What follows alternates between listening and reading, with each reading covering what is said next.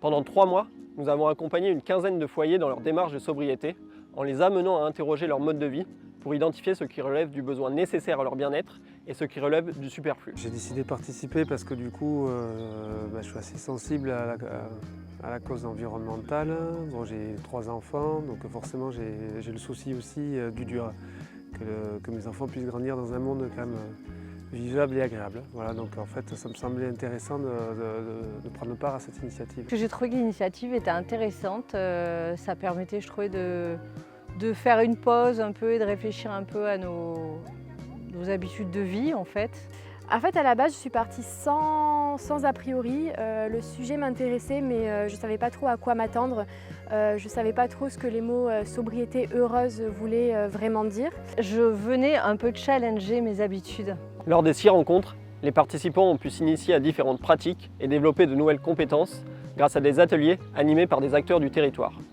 Ils ont par exemple appris à réparer leur vélo, ils ont également réalisé des recettes végétariennes, et ils se sont également initiés à la permaculture. J'ai eu des confirmations d'abord, la confirmation qu'effectivement le numérique c'est quelque chose qu'il faut prendre avec précaution, pour ne pas en être esclave. J'ai effectivement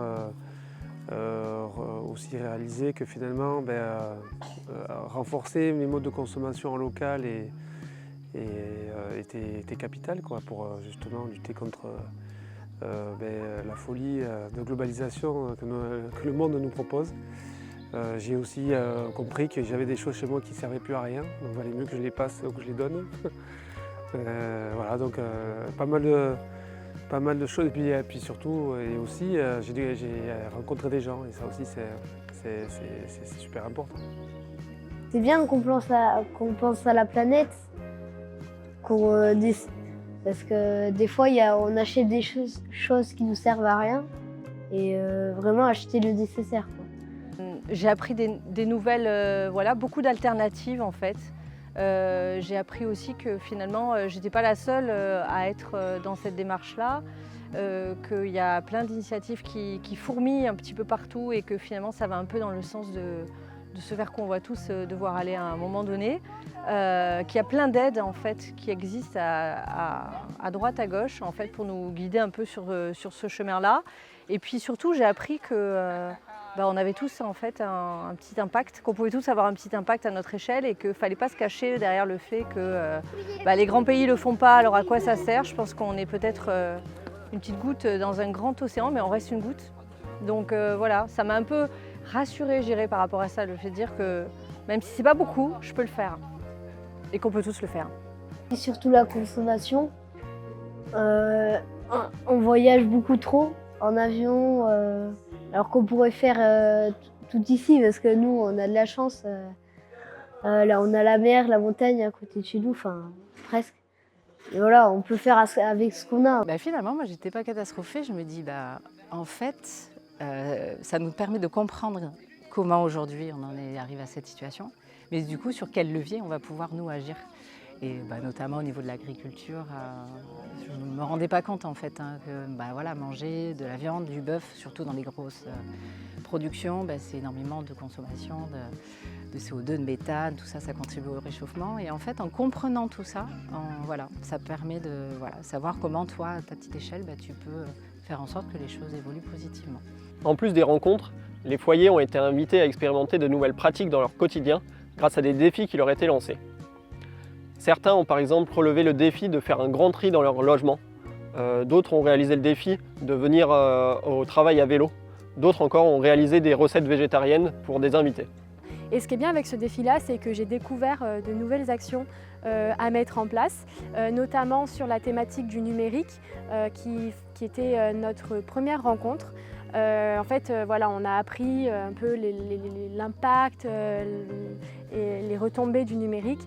Et donc, j'ai mis en place un temps d'écran quotidien. J'essaye de tenir ce défi-là. C'est pas très facile, mais l'idée, c'est d'essayer d'un peu me détacher de mon téléphone et de faire d'autres activités. Les questions qu'on nous posait sur la sobriété, c'est est-ce que j'en ai vraiment besoin? Est-ce que j'ai pas déjà quelque chose qui va être utilisé de la même manière à la maison, donc finalement j'ai pas besoin de l'acheter? Alors déjà, j'étais quand même dans une démarche de désencombrement, donc je vais essayer de poursuivre. voilà, pour ne pas entasser, essayer de consommer utile. J'ai appris la méthode bisou, alors je vais essayer de l'appliquer un petit peu.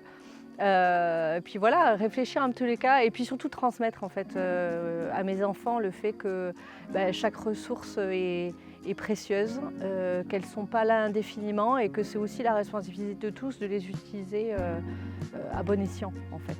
Voilà. Ce défi n'est pas seulement une expérience individuelle, mais un pas vers une transformation collective pour un avenir plus équilibré et épanouissant. Les ateliers qu'on est en train de faire sont sur des possibles visions du futur, sur un futur qui pourrait être souhaitable pour nous tout en étant durable. Et du coup, ce qui est intéressant là, c'est qu'on échange sur ces possibilités-là et sur ce qu'on pourrait mettre en place. Donc oui, ça ouvre pas mal de perspectives sur le futur. Et voilà, de fait de rencontrer des personnes qui sont un peu dans cette idée, je me dis finalement on est beaucoup de personnes à avoir envie que les choses aillent dans du bon, à aider les petits producteurs, à manger du local. Et donc ouais, j'en ressors très positive. Déjà je trouve que le titre du défi est plutôt bien trouvé, sobriété heureuse en fait. Et je pense qu'il y a on peut faire les choses autrement sans pour autant que ça soit punitif. Donc ça, j'aimerais que les gens le comprennent. Qu'en fait, oui, on peut se déplacer et adopter des comportements un peu différents sans pour autant avoir l'impression qu'on régresse dans notre manière de vivre. Et puis encore une fois, de se dire aussi que c'est pas forcément plus cher. Parce que ça, je l'ai calculé, moi je m'aperçois que j'ai changé un peu mes modes de consommation. Je ne paie pas beaucoup plus cher, donc en fait il y a beaucoup de croyances aussi autour de ça, en disant manger bio, manger local, ça va forcément coûter plus cher. Pour moi, c'est s'occuper bien des autres. Et j'aimerais bien du coup semer quand même des petites graines en disant, en expliquant ce qu'on a fait, à quoi ça peut contribuer, essayer, oser en tout cas en parler. Moi j'ai préféré manger les boulettes de riz.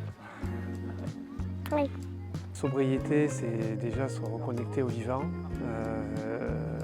c'est respecter le vivant, c'est effectivement être plus en écoute de ses besoins fondamentaux et puis effectivement prendre un peu de recul sur ce qu'on essaie de nous... que la société en général essaie de nous vendre. Pour moi, la sobriété, moi j'avais un peu peur avant de venir parce que sobriété, on a l'impression que tout à coup on doit tout arrêter.